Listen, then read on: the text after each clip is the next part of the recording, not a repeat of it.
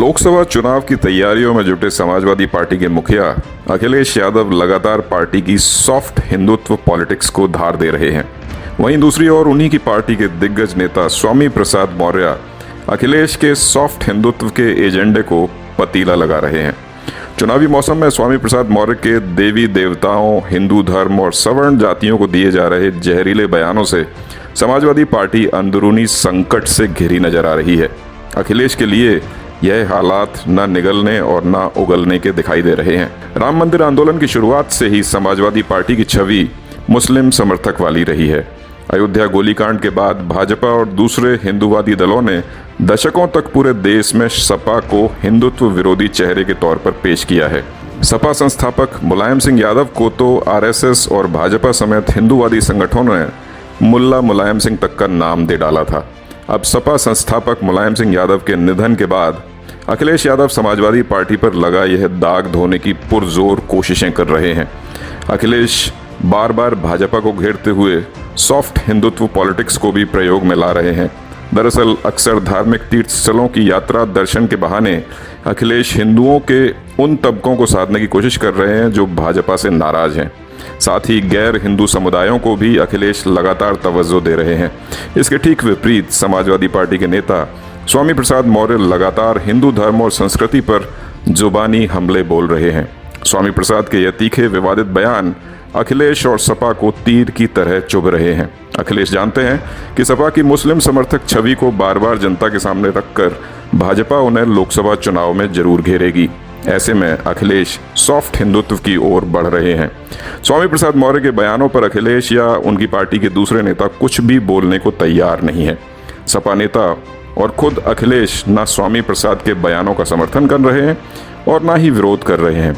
मौर्य के जनाधार के आगे चुनाव के वक्त अखिलेश स्वामी प्रसाद को नाराज भी नहीं करना चाहते हैं। ऐसे में अखिलेश यादव और उनकी पार्टी के नेता धर्म संकट में फंस गए हैं। अखिलेश लगातार स्वामी प्रसाद के बयानों के संकट को टालने की कोशिश में रहते हैं। कई बार पूछे जाने पर अखिलेश ने स्वामी के बयानों को उनकी निजी राय बताकर पल्ला झाड़ने की भी कोशिश की है। मैनपुरी से सपा सांसद डिंपल यादव ने भी स्वामी प्रसाद मौर्य के हिंदू धर्म पर किए गए विवादित बयान पर कटाक्ष करते हुए पलटवार किया था। डिंपल यादव ने तब कहा था, हम हिंदू हैं और एक हैं। अब स्वामी प्रसाद मौर्य ने एक बार फिर हिंदू देवी देवताओं और सनातन संस्कृति पर जहर उगला है तो समाजवादी पार्टी को बिल्कुल हजम नहीं हो रहा है। वोट बैंक की मजबूरी में अखिलेश और पार्टी के दूसरे नेता भी खामोश हैं। हाल ही में दिवाली के मौके पर माता लक्ष्मी को लेकर स्वामी प्रसाद मौर्य ने विवादित बयान दिया था, जिस पर खूब सियासी बवाल मचा हुआ है। साधु संतों से लेकर भाजपा और दूसरे हिंदूवादी संगठन स्वामी प्रसाद मौर्य पर झल्लाहट निकाल रहे हैं। राजधानी लखनऊ में तो स्वामी प्रसाद के खिलाफ तहरीर भी दी गई है। फजीहत और बवाल के बावजूद स्वामी प्रसाद मौर्य ने एक बार फिर अंबेडकर नगर की सभा में अपना विवादित बयान दोहरा दिया।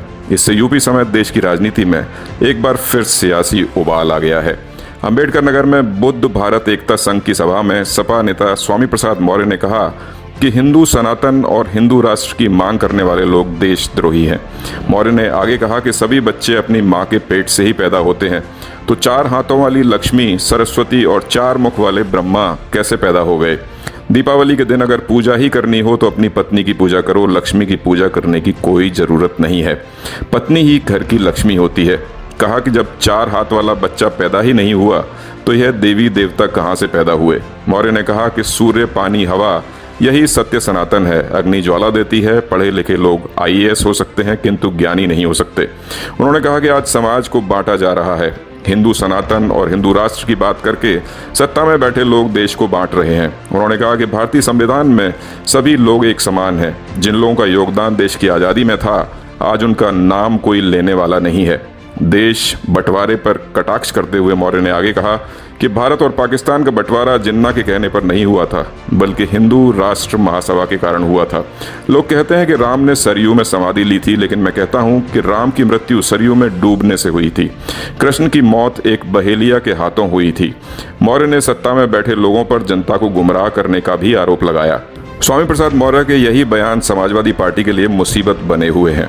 अखिलेश यादव के पीडीए यानी कि दलित और अल्पसंख्यकों के एजेंडे पर भी स्वामी के ये बयान कहीं से फिट नहीं बैठ रहे हैं। साथ साथ सपा के सॉफ्ट हिंदुत्व के एजेंडे को भी स्वामी के बयानों से पतीला लगता दिखाई दे रहा है। अब देखना यह होगा कि स्वामी प्रसाद मौर्य के यह जहरीले बोल समाजवादी पार्टी के लिए कितना घातक सिद्ध होते हैं।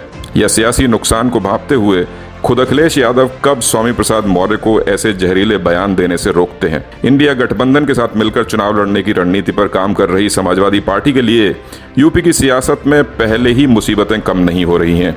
इस पर स्वामी प्रसाद मौर्य भी अपने बयानों से समाजवादी पार्टी की उत्तर प्रदेश ही नहीं बल्कि पूरे देश में फजीहत कराने पर तुले हुए हैं।